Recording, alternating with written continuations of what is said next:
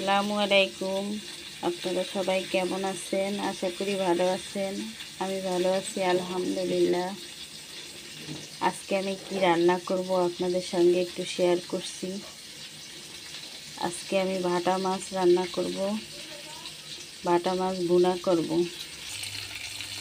এই যে মাছ ভাজতে দিয়েছি, ভাজা হয়ে আসছে। এখানে মশলাগুলো কেটে নিয়েছি, বেটে নিয়েছি।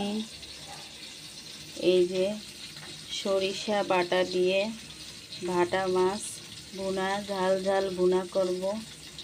এই যে সরিষা বাটা, এখানে পেঁয়াজ রসুন বাটা, এখানে পেঁয়াজ কাঁচা ঝাল কেটেছি, ধনিয়া পাতা কেটেছি। তাহলে দেখতে থাকুন কিভাবে কি করি। মাছ ভাজা হয়ে গেছে, আর একটা কড়াই চুলায় বসিয়ে দিয়ে তেল দিয়ে পেঁয়াজ কাঁচা ঝাল কুচি দিয়ে দিয়েছি তেলের ভিতরে।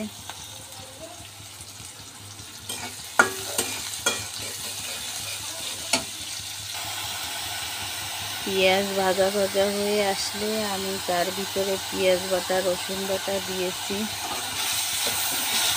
এটা একটু ভাজা ভাজা হয়ে আসলে অন্য মশলা দিয়ে দেব। আমি এই পেঁয়াজের ভিতরে একটু লবণ দিয়েছি। লবণ দেওয়ার কারণে পেঁয়াজ তেল ছিটকে ওঠে না উপরের দিকে,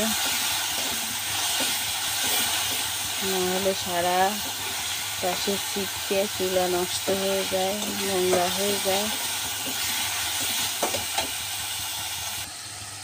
পেঁয়াজ রসুন ভাজা ভাজা হয়ে আসলে আমি তার ভিতরে মরিচের গুঁড়া, হলুদের গুঁড়া, জিরের গুঁড়ো দিয়ে দিয়েছি, স্বাদ মতো লবণ।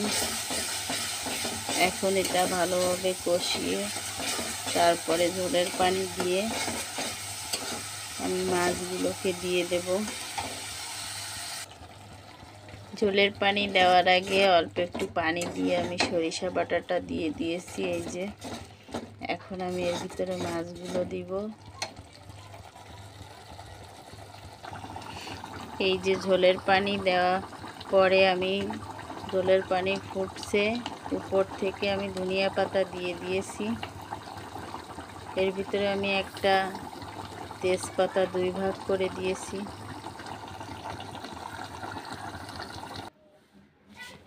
এই যে হয়ে গেছে আমার বাটা মাছের সরিষা বাটা দিয়ে ঝাল ঝাল ভুনা। কেমন হয়েছে কমেন্টে জানাবেন, লাইক শেয়ার করে দিবেন। ভালো লাগলে একটা সাবস্ক্রাইব করে দিবেন।